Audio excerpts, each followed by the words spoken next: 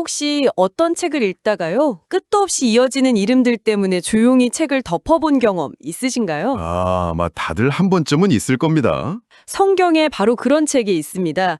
학자들 사이에서는 족보의 수렁이라고까지 불린다면서요. 책을 딱 펼치자마자 9장에 걸쳐서 이름만 정말 빼곡하게 나오더라고요. 네, 맞습니다. 그 별명이 아주 적절하죠. 저도 보내주신 자료들을 읽기 전까지는 이 책을 그냥 쓱 지나쳐 보냈습니다. 그런데 만약 이 지루해 보이는 족보가요, 사실은 모든 것을 잃고 깊은 절망에 빠졌던 한 공동체에게 당신들은 누구인가? 이걸 다시 알려주고 희망을 심어주기 위해 아주 치밀하게 설계된 서사시의 첫 부분이라면 어떨까요? 바로 그 지점이 역대계를 이해하는 열쇠입니다. 오늘 우리가 함께 깊이 파고들 자료는 바로 성경의 역대기에 대한 여러 학술적 서문들입니다. 이 자료들을 통해서 역대기가 왜 단순한 역사 기록이 아니라 과거를 아주 대담하게 재해석해서 미래를 향한 청사진을 제시하는 강력한 메시지인지 그 숨겨진 의도를 한번 같이 추적해 보겠습니다. 네, 아주 흥미로운 여정이 될 겁니다. 자, 그럼 먼저 역대기라는 이름부터가 좀 흥미로운 것 같아요. 한자 그대로 보면 그냥 역대 왕들의 기록 같아서 왠지 아주 객관적인 역사서 같은 느낌을 주는데요. 자료를 보니까 원래 이름은 뜻이 전혀 다르더라고요. 맞습니다. 그 이름이 어떻게 변해왔는지를 보는 것 자체가 역대기의 성격을 암시하는 아주 중요한 단서가 됩니다. 아, 그래요? 네, 히브리어 원제는 디브레 하야밈인데 이건 그냥 그날들의 사건들 또는 그 시대의 일들이라는 아주 평범한 뜻이에요. 정말 평범하네요. 네, 뭐 특별한 의도가 담겼다기보다는 그냥 연대기, 실록 같은 느낌이죠. 입니다. 히브리어 성경이 그리스어로 번역될 때 그때 붙은 제목이 파랄레이포메나예요. 파랄레이포메나요? 뜻이 뭔가요? 바로 생략된 것들이라는 뜻입니다. 아, 생략된 것들이요. 제목부터 뭔가를 의도하고 있다는 느낌이 확 드네요. 그렇죠. 이미 있던 다른 역사서, 그러니까 사무엘서나 열왕기서에서 빠졌던 이야기들을 보충한다는 뉘앙스를 아주 강하게 풍기죠. 여기서부터 벌써 이건 단순 기록이 아니라 기존 역사에 대한 보완제구나 하는 성격이 드러나기 시작하는 겁니다. 그렇군요. 그리고 결정적으로 4세기에 라틴어 성경, 벌게이트를 번역한 예로니무스라는 사람이 모든 신적 역사에 대한 연대기라는 긴 해설적인 제목을 붙여요. 여기서 연대기를 뜻하는 크로니콘이 지금의 영어 이름 크로니클, 그리고 우리말 역대기의 직접적인 어원이 된 겁니다. 와, 그러니까 그 시대의 일들에서 생략된 것들을 거쳐서 신적 역사의 연대기로 이 이름의 변화 과정 자체가 이 책의 목적을 다 보여주는 셈이네요. 바로 그거죠. 평범한 역사를 신학적으로 재해석하려는 의도가 이름에 그대로 담겨 있는 겁니다. 네, 특히 그 생략된 것들이라는 그리스어 제목이 계속 마음에 남는데요. 그렇다면 도대체 누가, 왜 이 생략된 이야기들을 필요로 했던 걸까요?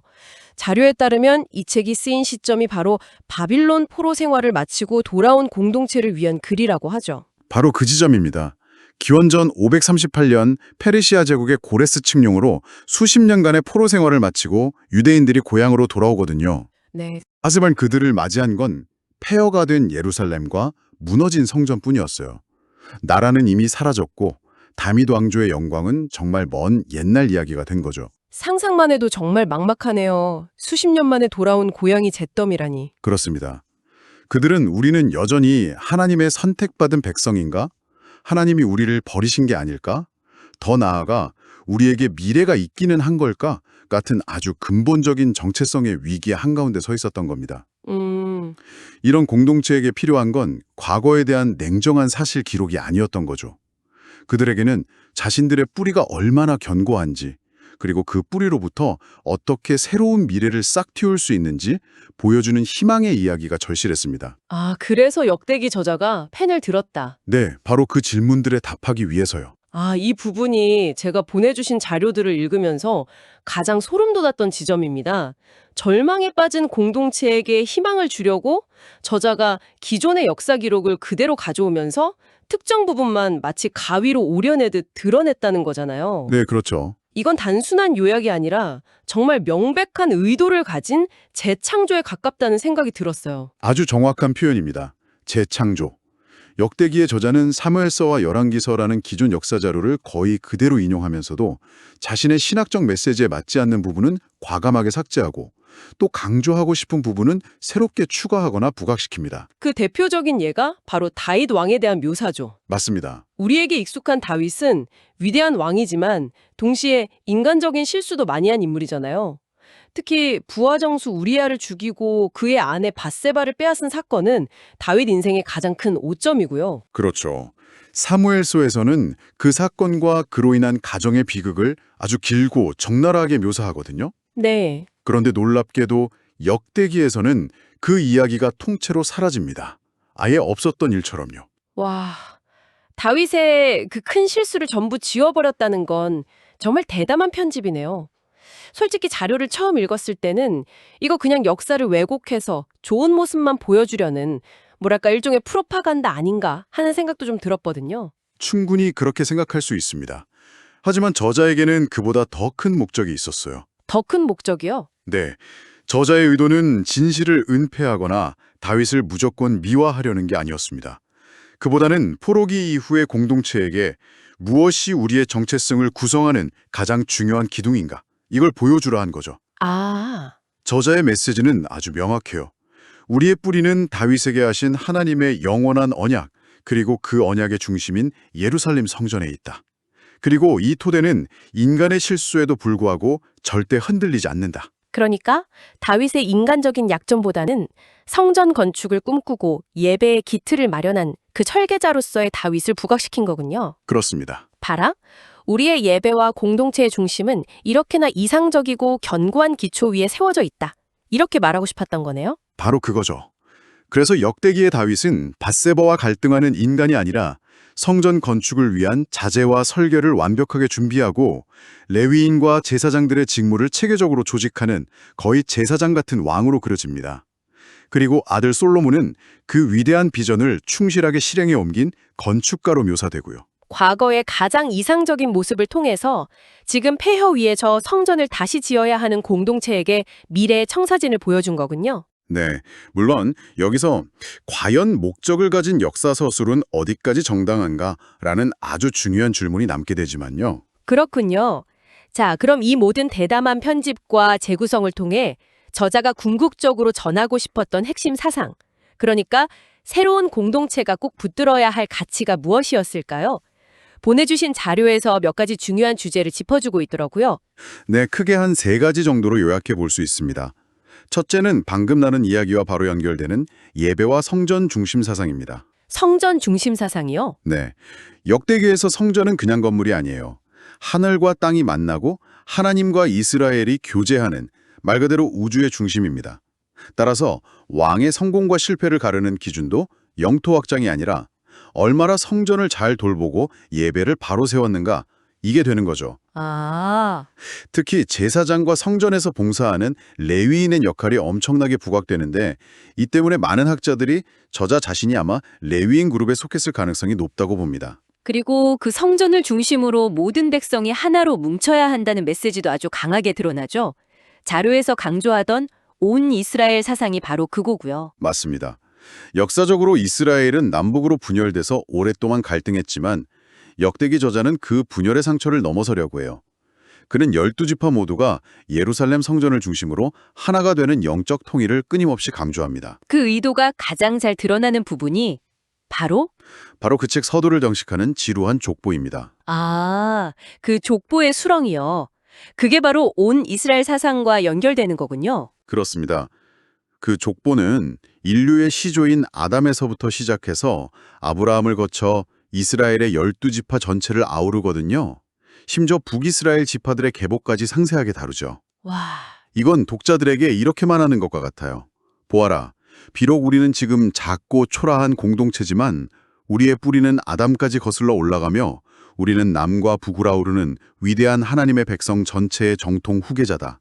정체성을 확인시켜주는 아주 장대한 선언인 셈이죠. 듣고 보니 그 지루한 이름의 나열이 완전히 다르게 보이네요. 마지막으로 자료에서 아주 독특한 특징으로 꼽았던 즉각적인 신상필벌 사상이 있었습니다. 이건 좀 단순하게 느껴지기도 했는데요. 네, 역대기의 신학에서 가장 두드러지는 특징 중 하나죠. 아주 간단합니다. 하나님께 순종하면 즉시 복을 받고 불순종하면 즉시 벌을 받는다는 명확한 인과응보의 구도예요. 즉시요? 네. 예를 들어 열왕기에서는 므낫세라는 왕이 온갖 악행을 저지르다 결국 나라를 멸망에 이르게 한 최악의 왕으로 기록되고 끝나거든요. 네, 그렇죠. 하지만 역대기에서는 그가 아수르의 포로로 끌려가서 고난 중에 회개하자 하나님이 즉시 그를 용서하고 왕위를 되찾게 해주셨다는 이야기가 추가됩니다. 와, 같은 인물에 대한 평가가 그렇게 달라질 수 있군요. 이처럼 인과응보가 한 개인의 삶 속에서 심지어는 한 사건 안에서 즉각적으로 나타나는 것이 역대기의 특징입니다. 신학적으로는 복잡한 현실을 너무 단순화했다는 비판을 받을 수도 있지만 저자의 목적은 분명했어요. 어떤 목적이었을까요? 절망 속에서 다시 시작하는 공동체에게 여러분의 선택 하나하나가 현실에 즉시 영향을 미친다. 그러니 하나님께 순종하며 올바른 길을 선택하라는 강력하고 분명한 교훈을 주기 위함이었죠. 네. 보내주신 자료에서 또 하나 흥미로웠던 학술적 논쟁이 있었습니다. 오랫동안 많은 학자들이 이 역대기와 그 뒤에 이어지는 에스라, 느헤미야서를 한 명의 저자가 쓴 단일 작품으로 생각했다는 점인데요. 아, 네. 그 논쟁이 있죠. 왜 그렇게 본 건가요? 가장 눈에 띄는 직접적인 증거가 하나 있습니다. 역대기 맨 마지막 두 구절이 에스라서의 맨 첫 두 구절과 거의 똑같이 반복돼요. 아, 정말요? 네. 마치 한 권의 책이 끝나자마자 다음 권이 아주 자연스럽게 시작되는 것처럼 매끄럽게 연결되는 거죠. 이게 가장 강력한 근거였습니다. 정말 영화에서 1부가 끝나고 2부 시작 부분에 1부 마지막 장면을 다시 보여주는 것 같네요? 비슷한 비유입니다. 그 외에도 두 작품군에서 비슷한 어휘나 문체가 발견되고 제사장과 레위인에 대한 관심 같은 신학적 주제를 공유한다는 점도 주된 이유였죠. 그래서 이 가상의 저자를 역대기 사가, 더 크로니클러라고 부르면서 하나의 거대한 작품으로 묶어서 연구하는 게 오랫동안 학계의 정설이었습니다. 하지만 최근에는 그 견해가 비판받고 있다고요? 자료에 언급된 윌리엄슨 같은 학자들이 중요한 차이점들을 지적했다고요? 네, 오늘날에는 두 작품을 별개의 것으로 보는 시각이 더 우세합니다. 겉보기에는 비슷해 보이지만 깊이 들여다보면 결정적인 사상적 차이가 발견되기 때문이에요. 어떤 차이점인가요? 가장 큰 차이는 공동체의 경계를 설정하는 방식입니다. 앞서 말했듯이 역대기는 온 이스라엘이라는 포용적인 비전을 제시하잖아요. 어떻게든 12지파 전체를 아우르려고 하죠. 네, 그랬죠. 반면에 에스라, 느헤미야는 좀 태도가 다르다고요? 적인 경향을 보이죠. 구체적인 사례를 보면 차이가 더 명확해져요. 역대기에서는 솔로몬이 성전을 지을 때 이방인인 두로왕 히람의 도움을 받는 걸 아주 긍정적으로 묘사하거든요. 국제적인 협력이죠. 네. 하지만 에스라 느헤미야에서는 사마리아인들이 성전 재건을 돕겠다고 제안하자 지도자들이 당신들은 상관할 바가 아니다 라며 아주 단호하게 거절합니다. 와, 성전 건축이라는 똑같은 사안을 두고 태도가 180도 다르네요. 바로 그 점 때문에 오늘날 학자들은 비록 두 작품이 비슷한 시대적 배경과 자료를 공유할지는 몰라도 궁극적으로 지향하는 공동체의 모습이 달랐던 서로 다른 저자 혹은 편집자 그룹의 작품으로 보는 경향이 강합니다. 결국 역대기는 지루한 이름의 목록이 아니었네요. 모든 것을 잃고 패러 위에서 다시 시작해야 했던 한 공동체를 위해 과거라는 재료를 세심하게 고르고 다듬어서 희망과 정체성이라는 튼튼한 집을 지어준 아주 강력한 신학 서사였습니다. 맞습니다. 충실한 예배를 통해 신실한 공동체로 바로 서라. 이것이 미래를 향한 저자의 분명한 외침이었죠. 핵심은 이거예요. 우리가 우리의 과거와 역사를 어떻게 기억하고 이야기하는가, 즉 무엇을 선택해서 강조하고 무엇으로부터 교훈을 얻는가가 우리의 현재 정체성과 나아갈 미래를 결정한다는 사실. 역대기는 그걸 아주 극적으로 보여줍니다. 역대기의 저자는 자신의 공동체가 나아가야 할 길을 제시하기 위해 역사를 선택하고 편집해서 희망의 메시지를 만들었습니다. 보내주신 이 자료들을 깊이 들여다보면서 자연스럽게 질문이 우리 자신에게로 향하게 되더군요. 오늘날 우리는 우리 자신의 삶이나 우리가 속한 사회의 역사를 이야기할 때 어떤 기억을 선택적으로 강조하고 또 어떤 기억은 애써 외면하고 있나요? 그리고 우리가 들려주고 있는 그 이야기를 통해 우리는 과연 어떤 미래를 만들어가고 싶은 걸까요?